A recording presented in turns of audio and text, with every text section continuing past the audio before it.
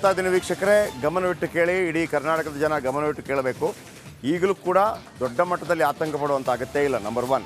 ಆದರೆ ಎಲ್ಲರೂ ಮಾಸ್ಕ್ ಹಾಕೋತೀರಿ ಅಂತಂದರೆ ಯಾರೂ ಅಬ್ಜೆಕ್ಷನ್ ಇಲ್ಲ. ಮಾಸ್ಕ್ ಯಾಕೆ ಹಾಕೋತೀಯಾ, ತೆಗೆದು ಬಿಡಪ್ಪ ಅಂತ ಯಾರೂ ಹೇಳೋದಿಲ್ಲ. ಈಗ ಆರೋಗ್ಯ ಸಚಿವರು ಕೂಡ ಹೇಳಿರುವಂಥದ್ದು, ಒಂದು ವೇಳೆ ನೀವು ಮಾಸ್ಕ್ ಹಾಕ್ತೀರಿ ಅಂದರೆ ಹಾಕ್ಕೊಳ್ಳಿ ಅಂತೇಳಿ.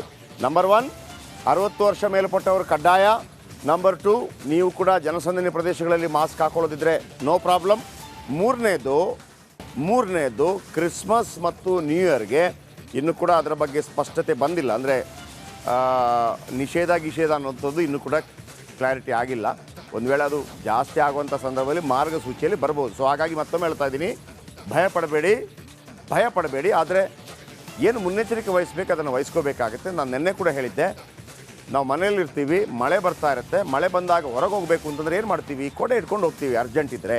ಹಾಗೆಯೇ ನಿಮಗೆ ಹೊರಗೆ ಹೋಗುವಂಥ ಸಂದರ್ಭಗಳು ಬಂದಾಗ, ಈ ಸಂದರ್ಭ ಕೊರೋನಾ ಕಾರಣಕ್ಕಾಗಿ 60 ವರ್ಷ ಮೇಲ್ಪಟ್ಟವರಿದ್ದರೆ ಮಾಸ್ಕ್ ಹಾಕ್ಕೊಳ್ಳಿ. ಆಮೇಲೆ ಮನೆಯಲ್ಲಿ ಹಿರಿಯರಿದ್ದರೆ ಅವರಿಗೆ ಸ್ವಲ್ಪ ಸ್ಪೇಸ್ ಕೊಡಿ. ಮನೆಯಲ್ಲಿ ಕೂಡ ಮಾಸ್ಕ್ ಹಾಕ್ಕೊಂಡಿರ್ಬೋದು ನೀವು 4-5 ಜನ ಇದ್ದರೆ. ದೀಪ್ತಿ ಇದ್ದಾರೆ ಬೆಂಗಳೂರಿನಿಂದ, ಚಿಕ್ಕಮಗಳೂರಿನಿಂದ ಮತ್ತು ಮೈಸೂರಿನಿಂದ ನಮ್ಮ ಪ್ರತಿನಿಧಿಗಳು.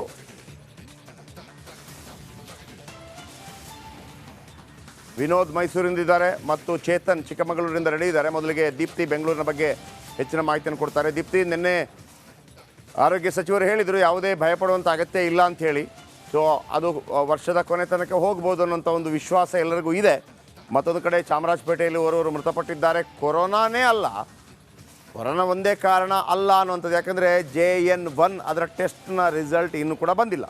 ಸೊ ಹಾಗಾಗಿ ರಾಜ್ಯದ ಜನತೆಗೆ ಏನು ಹೇಳಕ್ಕೆ ಬಯಸ್ತೀರಿ ದೀಪ್ತಿ?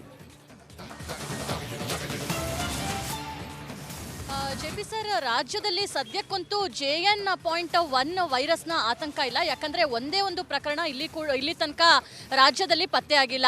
ಅದರಲ್ಲೂ ಗೋವಾದಲ್ಲಿ 18 ಪತ್ತೆ ಆದರೆ ಕೇರಳದಲ್ಲೊಂದು, ಮಹಾರಾಷ್ಟ್ರದಲ್ಲೊಂದು ಪತ್ತೆ ಆಗಿದೆ. ಆದರೆ ರಾಜ್ಯದಲ್ಲಿ ಇಲ್ಲಿ ತನಕ ಒಂದು ಪತ್ತೆ ಆಗಿಲ್ಲ. ಹಾಗಾಗಿ ನಾವು ಸೇಫರ್ ಸೈಡಲ್ಲಿದ್ದೀವಿ.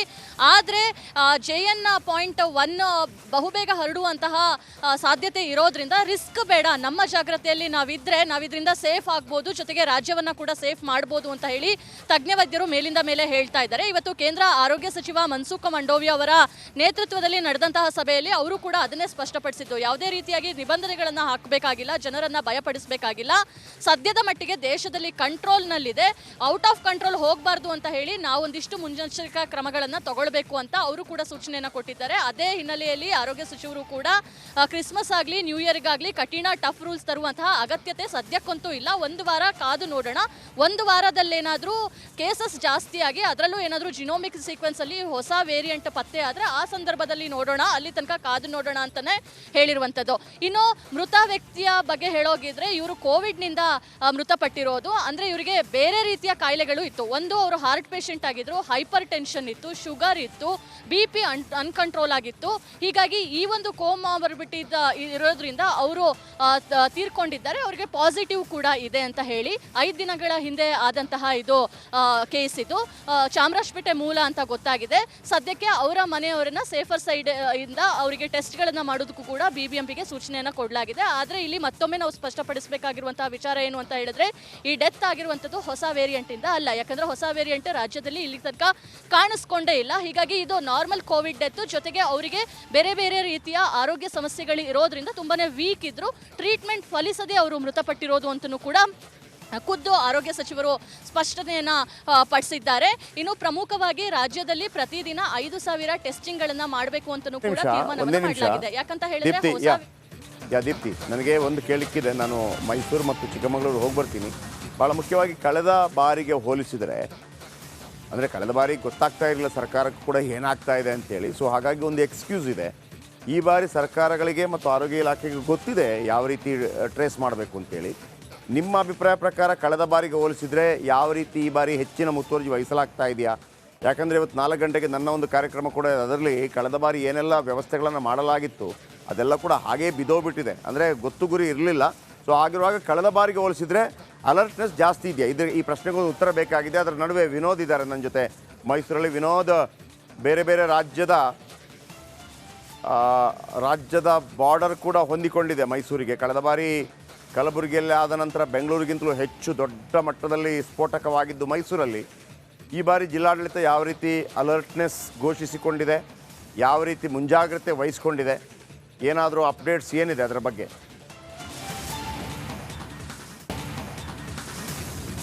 ಜಯಪ್ರಕಾಶ್, ಈಗಾಗಲೇ ಏನು ಕರೋನಾ ರೂಪಾಂತರ ವೈರಸ್ಗೆ ಏನೋ ಪಕ್ಕದ ರಾಜ್ಯ ಕೇರಳದಲ್ಲಿ 3 ಬಲಿಯಾಗಿದ್ದಾರೆ. ಸೊ ಈ ಒಂದು ಹಿನ್ನೆಲೆಯಲ್ಲಿ ಮೈಸೂರು ಜಿಲ್ಲೆಯಲ್ಲೂ ಕೂಡ ಹೈ ಅಲರ್ಟ್ ಅನ್ನು ಘೋಷಣೆ ಮಾಡಿದೆ. ಭಾಳ ಪ್ರಮುಖವಾಗಿ ಕೇರಳದಿಂದ ಬರುವಂತಹ ಬಾವಲಿ ಚೆಕ್ ಪೋಸ್ಟಲ್ಲೂ ಕೂಡ ಪ್ರತಿನಿತ್ಯವೂ ಕೂಡ ಈಗಾಗಲೇ ಥರ್ಮಲ್ ಸ್ಕ್ಯಾನಿಂಗ್ ಮಾಡೋದಕ್ಕೆ ಆರೋಗ್ಯ ಇಲಾಖೆ ಮುಂದಾಗಿದ್ದಾರೆ. ಈಗಾಗಲೇ ಎಚ್ ಡಿ ಕೋಟೆ ಜಿಲ್ಲೆಯ ತಾಲೂಕು ಆರೋಗ್ಯಾಧಿಕಾರಿ ರವಿಕುಮಾರ್ ನೇತೃತ್ವದಲ್ಲಿ ಈಗಾಗಲೇ ಆಶಾ ಕಾರ್ಯಕರ್ತರಿರ್ಬೋದು ಪ್ರತಿಯೊಬ್ಬರು ಕೂಡ ಅಲ್ಲಿ ಏನೋ ಕಾಡಂಚಿನ ಗ್ರಾಮದ ಮನೆಗಳಲ್ಲಿ ಒಂದು ಅವೇರ್ನೆಸ್ ಅನ್ನು ಮೂಡಿಸೋದಕ್ಕೆ ಕೂಡ ಈಗಾಗಲೇ ಮುಂದಾಗ್ತಾ ಇದ್ದಾರೆ. ಭಾಳ ಪ್ರಮುಖವಾಗಿ ಜ್ವರ ಬಂದೋದರ್ಸ್ ಕೇವಲ ಮೆಡಿಕಲ್ ಸ್ಟೋರ್ಗೆ ಹೋಗಿ ಮಾತಾಡುವಂತಹ ಇರುವಂಥವ್ರಿಗೆ ಅಂದರೆ ಈ ಸಂದರ್ಭದಲ್ಲಿ ಜ್ವರ ಬರೋದಕ್ಕೂ ಕೂಡ ಸಾಕಷ್ಟು ವ್ಯತ್ಯಾಸಗಳಿರ್ತದೆ. ಸೊ ಹೀಗಾಗಿ ನೆಗ್ಲೆಕ್ಟ್ ಮಾಡೋದು ಬೇಡ, ಆ ವೈದ್ಯರ ಸಲಹೆ ಮೇರೆಗೆ ಚಿಕಿತ್ಸೆ ಎಲ್ಲ ಪಡೆದುಕೊಳ್ಳಿರೋದ್ರ ಬಗ್ಗೆ ಆಶಾ ಕಾರ್ಯಕರ್ತರು ಸಾಕಷ್ಟು ಮುಂಜಾಗ್ರತಾ ಕ್ರಮವಾಗಿ ಒಂದು ಅವೇರ್ನೆಸ್ ಪ್ರೋಗ್ರಾಮನ್ನು ಮೂಡಿಸ್ತಾ ಇದ್ದಾರೆ. ಜೊತೆಗೆ ಕೇರಳದಿಂದ ಬರುವಂತಹ ಪ್ರತಿಯೊಬ್ಬರು ಕೂಡ ಥರ್ಮಲ್ ಸ್ಕ್ಯಾನಿಂಗ್ ಮಾಡುವ ಮೂಲಕವಾಗಿ ಅಲ್ಲೇ ಆ ದೇಹದ ಉಷ್ಣಾಂಶವನ್ನು ಚೆಕ್ ಮಾಡುವಂತಹ ಈಗಾಗಲೇ ಎಲ್ಲ ರೀತಿಯಾದಂತಹ ಪರಿಶೀಲನೆಗಳನ್ನು ಕೂಡ ಆ ಒಂದು ಚೆಕ್ ಪೋಸ್ಟಲ್ಲಿ ಮಾಡ್ತಾ ಇದ್ದಾರೆ. ಇಲ್ಲಿ ಉಳಿದಂತೆ ಮೈಸೂರು ನಗರ ಮತ್ತು ಮೈಸೂರು ಜಿಲ್ಲಾದ್ಯಂತ ಏನು ರಾಜ್ಯ ಸರ್ಕಾರ ಹೊರಡಿಸುವಂತಹ ಏನೊಂದು ಗೈಡ್ಲೈನ್ಸ್ ಏನಿದೆ ಆ ಒಂದು ಗೈಡ್ಲೈನ್ಸ್ ಎಲ್ಲ ಪಾಲನೆ ಮಾಡೋದಕ್ಕೂ ಕೂಡ ಈಗಾಗಲೇ ಸಿದ್ಧತೆಗಳನ್ನ ಮಾಡ್ಕೊಳ್ತಾ ಇರುವಂಥದ್ದು. ಆ ಪ್ರತಿ ತಾಲೂಕು ಆಸ್ಪತ್ರೆಗಳಿರ್ಬೋದು ಮತ್ತು ನಗರದ ಆಸ್ಪತ್ರೆಗಳಲ್ಲೂ ಕೂಡ 10 ಬೆಡ್ಗಳೆಲ್ಲ ಮೀಸಲಿಡಬೇಕು. ಜೊತೆಗೆ ಭಾಳ ಪ್ರಮುಖವಾಗಿ ಆಕ್ಸಿಜನ್ ವ್ಯವಸ್ಥೆಗಳಾಗಬೇಕು. ಕಳೆದ ಏನೋ ಕೊರೋನಾ ಅಲೆಯಲ್ಲಿ ಆಕ್ಸಿಜನ್ ಸಿಗದಂತೆ ಸಾಕಷ್ಟು ಸಾವು ನೋವುಗಳಾಗಿತ್ತು. ಇದೆಲ್ಲದಕ್ಕೂ ಕೂಡ ಸಾಕಷ್ಟು ಆರೋಗ್ಯ ಇಲಾಖೆ ಸಾಕಷ್ಟು ಮುಂಜಾಗ್ರತಾ ಕ್ರಮಗಳನ್ನು ಕೈಗೊಂಡಿದೆ. ಬೆಡ್ಗಳ ವ್ಯವಸ್ಥೆ ಇರ್ಬೋದು, ಆರೋಗ್ಯ ಅಂದರೆ ಟ್ರೀಟ್ಮೆಂಟ್ಗಳ ವ್ಯವಸ್ಥೆ ಇರ್ಬೋದು, ಮತ್ತು ಆಕ್ಸಿಜನ್ ಬೆಡ್ಗಳ ವ್ಯವಸ್ಥೆಗಳು ಕೂಡ ಈಗಾಗಲೇ ಮಾಡಿಕೊಳ್ಳಲಾಗಿದೆ. ಸೊ ಏನೇ ಬಂದರೂ ಕೂಡ ಎದುರಿಸೋದಕ್ಕೆ ಆರೋಗ್ಯ ಇಲಾಖೆ ಮೈಸೂರು ಜಿಲ್ಲೆಯಲ್ಲಿ ಕೂಡ ಸರ್ವಸನ್ನದ್ಧವಾಗಿ ಸಿದ್ಧ ಆಗಿದೆ. ಈಗಾಗಲೇ ಮತ್ತೊಮ್ಮೆ ಚಿಕ್ಕಮಗಳೂರಿಂದ ಚೇತನ್, ಲೇಟೆಸ್ಟ್ ಅಪ್ಡೇಟ್ ಏನಿದೆ? ಎಲ್ಲ ರೆಡಿ ಆಗ್ತಾ ಇದ್ದಾರಾ? ಕಳೆದ ಬಾರಿ ಹೇಗಿತ್ತು ಚಿಕ್ಕಮಗಳೂರಲ್ಲಿ, ಈ ಬಾರಿ ಯಾವ ರೀತಿ ಇದೆ? ಜಯಪ್ರಕಾಶ್, ಈಗಾಗಲೇ ಎಲ್ಲಾ ರೀತಿಯ ಸಿದ್ಧತೆಗಳನ್ನ ಕೂಡ ಜಿಲ್ಲಾಡಳಿತ ಮಾಡ್ಕೊಂಡಿರುವಂತದ್ದು. ಈಗಾಗಲೇ ಒಂದು ಸಭೆಯನ್ನು ಕೂಡ ಮೀನಾ ನಾಗರಾಜ್ ನೇತೃತ್ವದಲ್ಲಿ ಕೂಡ ಮಾಡಲಾಗಿದೆ. ಅಂದ್ರೆ DHO ಸೇರಿದಂತೆ ಇಲ್ಲಿನ ಹಿರಿಯ ವೈದ್ಯರ ನೇತೃತ್ವದಲ್ಲಿ ಒಂದು ಸಭೆ ಕೂಡ ಮಾಡಲಾಗಿದೆ. ಅದರ ಕೆಲವೊಂದು ಗೈಡ್ಲೈನ್ಸ್ ಅನ್ನು ಕೂಡ ನೀಡಲಾಗಿದೆ. ಅಂದ್ರೆ ಯಾವುದೇ ಸಭೆ ಸಮಾರಂಭ ಇರ್ಬೋದು, ಯಾವುದೇ ಕಾರ್ಯಕ್ರಮ ಕೂಡ ಇಲ್ಲಿ ಯಾವುದೇ ರೀತಿ ನಿರ್ಬಂಧವನ್ನು ಹೇರಿಲ್ಲ. ಸಭೆ ಸಮಾರಂಭಗಳಿಗೆ ಅನುಮತಿಯನ್ನು ಕೂಡ ನೀಡಲಾಗಿದೆ. ಇನ್ನು ಉಳಿದಂತೆ ಏನು ಸರ್ಕಾರಿ ಆಸ್ಪತ್ರೆ 103 ಇದೆ, ಮತ್ತೆ ಖಾಸಗಿ ಆಸ್ಪತ್ರೆ 6, ಇವುಗಳಿಗೆ ಒಂದು ಸೂಚನೆ ನೀಡಲಾಗಿದೆ. ಯಾವುದೇ ಸಂದರ್ಭದಲ್ಲಿ ಕೊರೋನಾ ಸೋಂಕಿತ ಯಾರಾದರೂ ಶಂಕಿತರು ಬಂದ ಸಂದರ್ಭದಲ್ಲಿ ತಕ್ಷಣ ಚಿಕಿತ್ಸೆ ನೀಡಬೇಕು ಅನ್ನುವಂತ ಸೂಚನೆಯನ್ನು ಕೂಡ ನೀಡಲಾಗಿದೆ. ಮತ್ತೆ ಅದಕ್ಕೆ ಸಂಬಂಧಪಟ್ಟಂತೆ ಎಲ್ಲ ರೀತಿಯ ಸಿದ್ಧತೆಗಳನ್ನು ಕೂಡ ಮಾಡ್ಕೊಳ್ಳಲಾಗಿದೆ.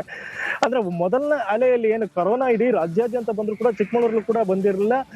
ಲಾಕ್ ಡೌನ್ ಓಪನ್ ಆದ ನಂತರ ಚಿಕ್ಕಮಗಳೂರಿಗೆ ಬಂದಿತ್ತು. ಆದ್ರೆ ಇದೇ ಭಯ ಚಿಕ್ಕಮಗಳೂರು ಜನರಲ್ಲಿ ಕಾಡುವಂತದ್ದು. ಅಂದ್ರೆ ಪ್ರವಾಸಿಗರಿಂದ ಎಲ್ಲಾದ್ರೂ ಕೊರೋನಾ ಸೋಂಕು ಹರಡುತ್ತಾ ಅನ್ನೋದು ಕೂಡ ಆತಂಕ ಇದೆ. ಲಾಸ್ಟ್ ಒನ್ ಕ್ವಶನ್ ದೀಪ್ತಿ, ಕಳೆದ ಬಾರಿಗೆ ಹೋಲಿಸಿದ್ರೆ ಯಾವ ರೀತಿ ಇದೆ?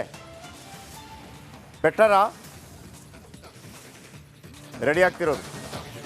ಕೇಂದ್ರ ಸರ್ಕಾರದವರು ಸೂಚನೆ ಇವತ್ತು ಸಭೆ ನಡೆಸ್ತಾರೆ ಅಂತ ಹೇಳಿರುವಂತಹ ಬೆನ್ನಲ್ಲಿ ಒಂದು ಸ್ವಲ್ಪ ಅಲರ್ಟ್ ಆಗಿದೆ. ಆದರೆ BBMP ಕಡೆಯಿಂದ ಯಾವುದೇ ರೀತಿಯಾಗಿ ಸಿದ್ಧತೆ ಇಲ್ಲ. ಇನ್ನು ಆಕ್ಸಿಜನ್ ಪ್ಲಾಂಟ್ಗಳಿರ್ಬೋದು, ಬೇರೆ ಬೇರೆ ರೀತಿಯ ಅವರ ಹೋಮ್ ಕ್ವಾರಂಟೈನ್ ರೂಲ್ಸ್ ಏನಿದೆ ಅದನ್ನ ಯಾರು ಕೂಡ ಸೀರಿಯಸ್ ಆಗಿ ತಗೊಂಡಿಲ್ಲ. ಸೊ ಕಂಪ್ಯಾರಿಟಿವ್ಲಿ ಆರೋಗ್ಯ ಇಲಾಖೆಯಿಂದ ಸಭೆನ ಇದೆ ಅನ್ನೋ ಹಿನ್ನೆಲೆಯಲ್ಲಿ ಇಷ್ಟೆಲ್ಲ ಅಲರ್ಟ್ನೆಸ್ ಆಗ್ತಾ ಇದೆ ಅಂತ ನಾವು ನೋಡಬಹುದು. Thank you Deepti, thank you very much Deepti. ಬೆಂಗಳೂರಿನಿಂದ ವಿನೋದ್, ಮೈಸೂರಿಂದ ಚೇತನ್, ಚಿಕ್ಕಮಗಳೂರಿನಿಂದ ನಮಗೆ ಸಾಕಷ್ಟು ಅಪ್ಡೇಟ್ ಕೊಡ್ತಾ ಇದ್ದಾರೆ. ಈಗ ಈ ಕ್ಷಣದ ಮತ್ತೊಂದು ಬ್ರೇಕಿಂಗ್ ನ್ಯೂಸ್. ದೇವರನಾಡು ಕೇರಳದಲ್ಲೂ ಕೂಡ ಕೊರೋನಾ ಸೋಂಕಿತರ ಸಂಖ್ಯೆಯಲ್ಲಿ ಏರಿಕೆಯಾಗ್ತಾ ಇದ್ರು ಕೂಡ ಆರೋಗ್ಯ ಇಲಾಖೆ ಎಚ್ಚರಿಕೆಯನ್ನ ತೆಗೆದುಕೊಳ್ತಾ ಇಲ್ಲ ಅನ್ನುವಂತಹ ಆರೋಪಗಳು ಇದೀಗ ಕೇಳಿ ಬರ್ತಾ ಇರುವಂತದ್ದು. ದಕ್ಷಿಣ ಕನ್ನಡ ಜಿಲ್ಲೆಯಲ್ಲಿ ಆರೋಗ್ಯ ಇಲಾಖೆ ಸಜ್ಜಾಗಿಲ್ಲ. ಕೊರೋನಾ ಟೆಸ್ಟ್ಗೆ ಇನ್ನೂ ಕೂಡ ಸಜ್ಜಾಗಿಲ್ಲ ಆರೋಗ್ಯ ಅಧಿಕಾರಿಗಳು. ಗಡಿಯಲ್ಲಿ ಇನ್ನೂ ತಪಾಸಣೆಗೆ ಆರೋಗ್ಯ ಇಲಾಖೆ ಮುಂದಾಗಿಲ್ಲ.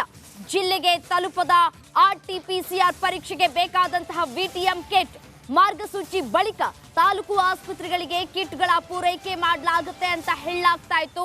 ಆದರೂ ಕೂಡ ದಕ್ಷಿಣ ಕನ್ನಡ ಜಿಲ್ಲೆಯಲ್ಲಿ ಆರೋಗ್ಯ ಇಲಾಖೆ ಸಜ್ಜಾಗಿಲ್ಲ. ಕೊರೋನಾ ಟೆಸ್ಟ್ಗೆ ಬೇಕಾದಂತಹ VTM ಕಿಟ್ ಏನಿದೆ ಅದನ್ನ ಕೂಡ ಇನ್ನೂ ರೆಡಿ ಮಾಡ್ಕೊಂಡಿಲ್ಲ. RT-PCR ಪರೀಕ್ಷೆಗೆ ಬೇಕಾದಂತಹ VTM ಕಿಟ್ ಕೂಡ ರೆಡಿ ಮಾಡ್ಕೊಂಡಿಲ್ಲ. ಭಾರತಕ್ಕೆ ಕೊರೋನಾ ಕಾಟ ಹೆಚ್ಚಾಗ್ತಾ ಇದೆ.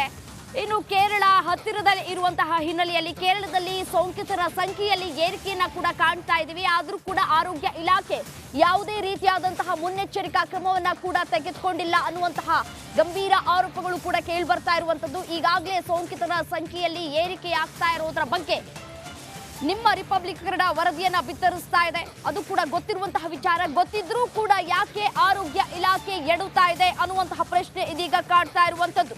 ಮುನ್ನೆಚ್ಚರಿಕಾ ಕ್ರಮವನ್ನ ತೆಗೆದುಕೊಳ್ಳಿ ಅಂತ ಹೇಳಿ ಈಗಾಗಲೇ ಆದೇಶವನ್ನ ಕೂಡ ಹೊರಡಿಸಲಾಗಿದೆ. ಸೋಂಕಿತರ ಸಂಖ್ಯೆಯಲ್ಲಿ ಏರಿಕೆಯಾಗದ ಹಾಗೆ ಎಲ್ಲ ಮುನ್ನೆಚ್ಚರಿಕಾ ಕ್ರಮವನ್ನ ತೆಗೆದುಕೊಳ್ಳಿ ಅಂತ ಕೂಡ ಈಗಾಗಲೇ ಸಿಎಂ ಸಿದ್ದರಾಮಯ್ಯನವರು ಕೂಡ ಸೂಚನೆಯನ್ನ ಹೊರಡಿಸಿದ್ದಾರೆ.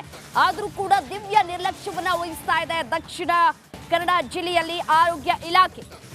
ಜಿಲ್ಲೆಗೆ RT-PCR ಪರೀಕ್ಷೆಗೆ ಬೇಕಾದಂತಹ BTM ಕಿಟ್ ಕೂಡ ಇನ್ನೂ ತಲುಪಿಲ್ಲ.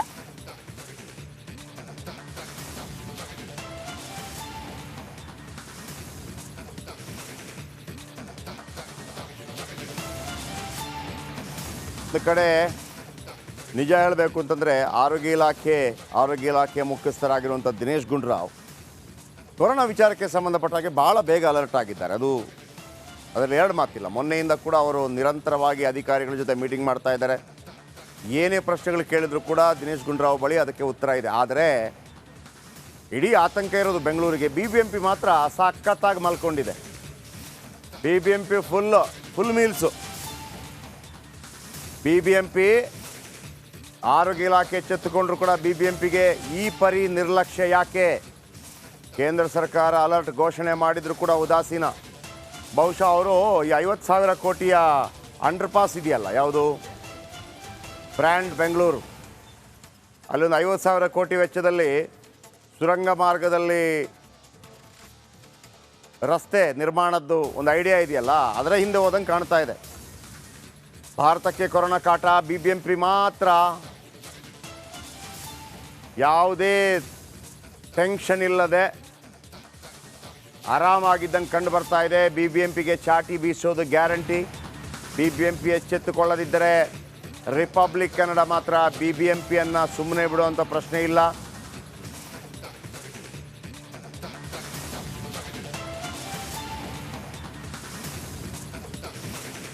ನೋಡಿ, ಕಳೆದ ಬಾರಿ ಯೂಸ್ ಮಾಡಿದಂಥ ಕೆಟ್ಟು ನಿಂತ ಔಷಧಿ ಸಿಂಪಡಣೆ ವಾಹನ, ನೀವು ಇದನ್ನು ಬಿಟ್ಟು ಬೇರೆ ಹೊಸದೇನಾದರೂ ತಗೊಂಡ್ರಿ BBMP ಈ ಬಾರಿ ದುಡ್ಡೇನಾದರೂ ಹೊಡೆದ್ರಿ,